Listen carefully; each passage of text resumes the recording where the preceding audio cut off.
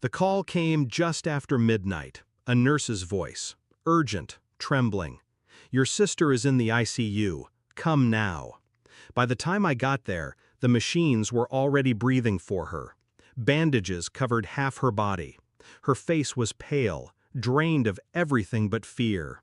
When she saw me, she tried to sit up.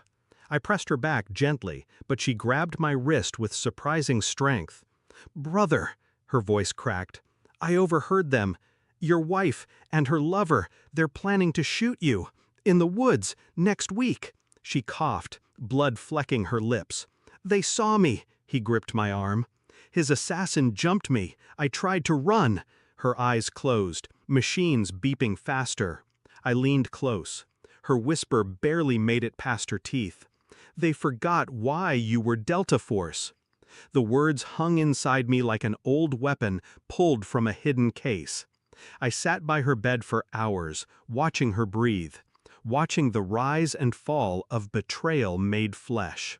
My wife, the woman I'd bled for, built a life with, planning my execution like a business deal. I wanted to dismiss it as trauma, as my sister's delirium, but her eyes had been too clear, her fear too real. The thought of it burned quietly, corrosive. When my wife arrived at the hospital the next morning, she rushed toward me with rehearsed panic. Her mascara ran just enough to sell grief, but not enough to smudge the perfection she wore like armor. "She's alive." My voice was even, too even. She touched my arm. Her hand lingered.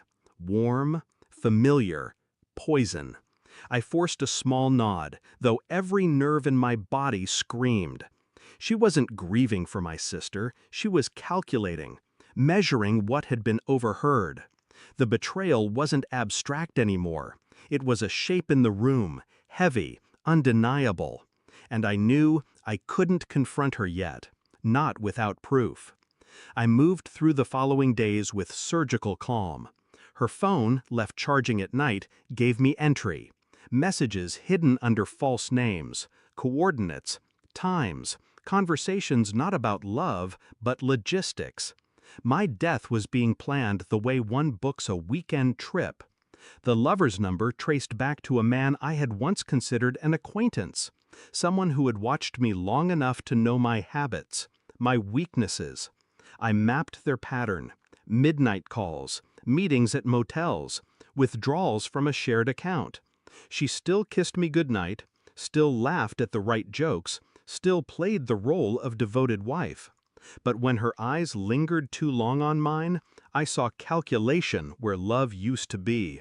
I said nothing. My sister's words echoed. "They forgot why you were Delta Force."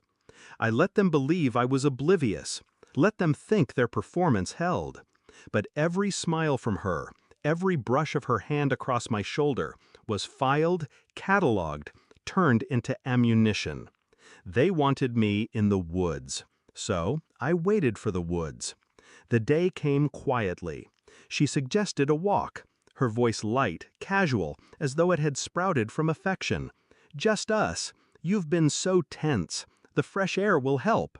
I agreed, smiled even, the kind of smile she mistook for trust. The trail was narrow, the canopy thick. Birds scattered when a branch snapped behind us. Her lover emerged, pistol in hand. Her breath caught, but not in surprise. She knew this moment. She had rehearsed it.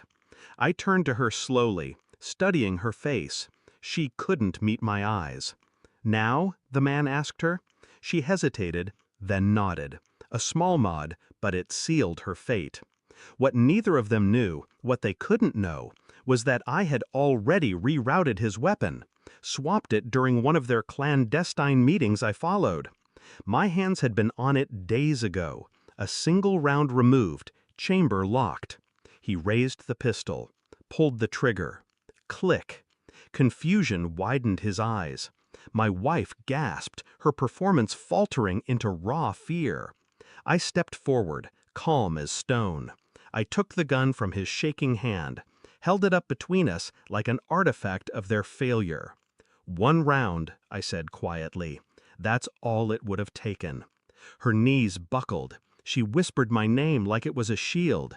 But shields crack when struck from within. I placed the gun in her palm, closed her trembling fingers around it.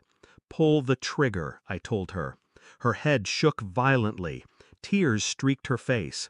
The weight of her betrayal pressed down harder than the steel in her hand. I leaned close, my voice low, controlled. "You wanted me dead.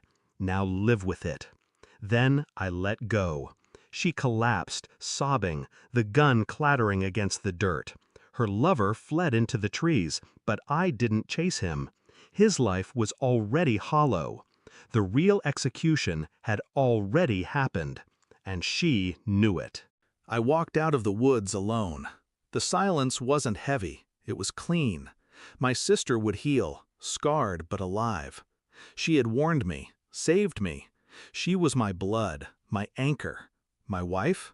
She was nothing now, not even an enemy, just a shadow of what I once believed.